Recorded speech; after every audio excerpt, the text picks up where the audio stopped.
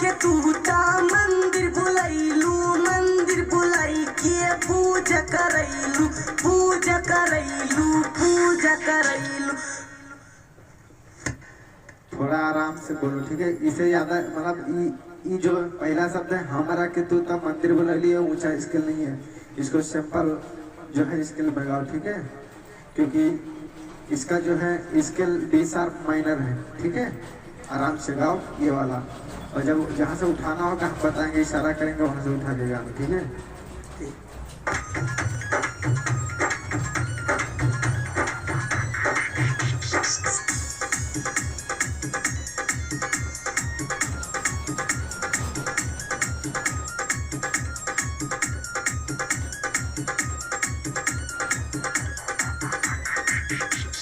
हमरा के तूता मंदिर बुलाइलू, मंदिर बुलाई के पूजा करैलू, पूजा करैलू, पूजा करैलू।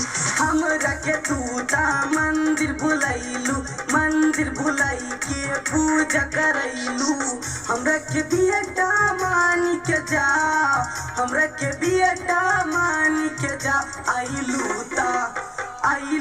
ता कुरुमना मर के जा, हम सबके जान बचाई के जा। आइलू ता कुरुमना मर के जा, हम सबके जान बचाई के जा।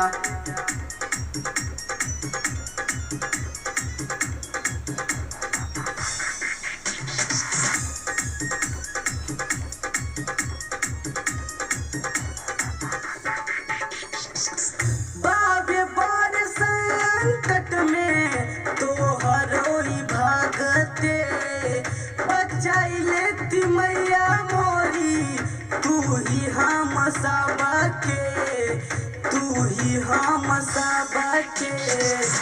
बाबे बड़ संकट में तोहरोई भागते, बचाई लेती मैया मोरी, तू ही हम सबके, तू ही हम सबके।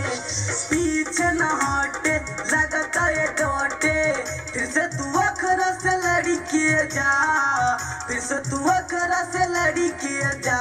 आइलू ता कुरुमना मर के जा, हम सबके जान बचाई के जा।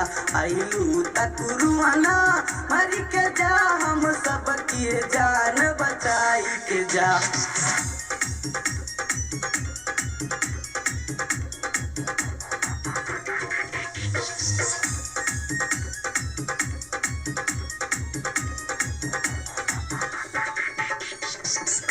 अपना पसंद के मंदिर जाबा तू महेरेलू, परवेश कुमार वही जा रातों बितावेला, रातों बितावेला। अपना पसंद के मंदिर जाबा तू महेरेलू, परवेश कुमार वही जा रातों बितावेला, रातों बितावेला। सबके हूँ देख जयकारा लगाए, मैया मैया कही के जा, मैया मैया कही के जा। आइलू ता कुरुमना मर के जा, हम सबके जान बचाई के जा। आइलू ता कुरुमना मर के जा, हम सबके जान बचाई के जा। हमरा के तूता मंदिर बुलाइलू, मंदिर बुलाई के पूजा करैलू। हमरा के बेटा मानी के जा, हमरा के बेटा मानी के जा। आइलू ता कुरुमना मर के जा, हम सबके जान बचाई के जा। आइलू ता कुरुमना मर के जा, हम सबके जान बचाई के जा। हेलो, देखिए परवेज जी, थोड़ा थोड़ा आपका कुछ मिस्टेक है, ठीक है, और गाने का आप अच्छा प्रयास करिए, आप अच्छा गाएंगे, और कुछ थोड़ा बहुत जो है स्किल में आपने मिस्टेक किया है, तो चलिए कोई दिक्कत नहीं है, भी ओरिजिनल रिकॉर्डिंग नहीं है तो भी डेमो है, ओरिजिनल रिकॉर्डिंग आपको एक अच्छे स्किल के साथ में गवाया जाएगा। जी हाँ दोस्तों, ये परवेश है और ये नए सिंगर हमारे स्टूडियो के भी छोटा बच्चा है, काफी गलतियां किया है इसने रिकॉर्डिंग के समय, तो अभी तो लाइव चल रहा है, इसने आपको डेमो गा के दिखाया है, और बहुत ही जल्द आपको इसका ओरिजिनल सॉन्ग मतलब सुनने को मिलेगा। तो जी हाँ दोस्तों, और वीडियो को लाइक करके अपने दोस्तों के साथ शेयर कर दीजिएगा, ठीक है। अभी छोटा बच्चा है, आप ही लोगों के दम पे, आप ही लोगों के सपोर्ट से आगे बढ़ सकता है, ठीक है। तो ओके, नमस्कार, जय हिंद, जय भारत।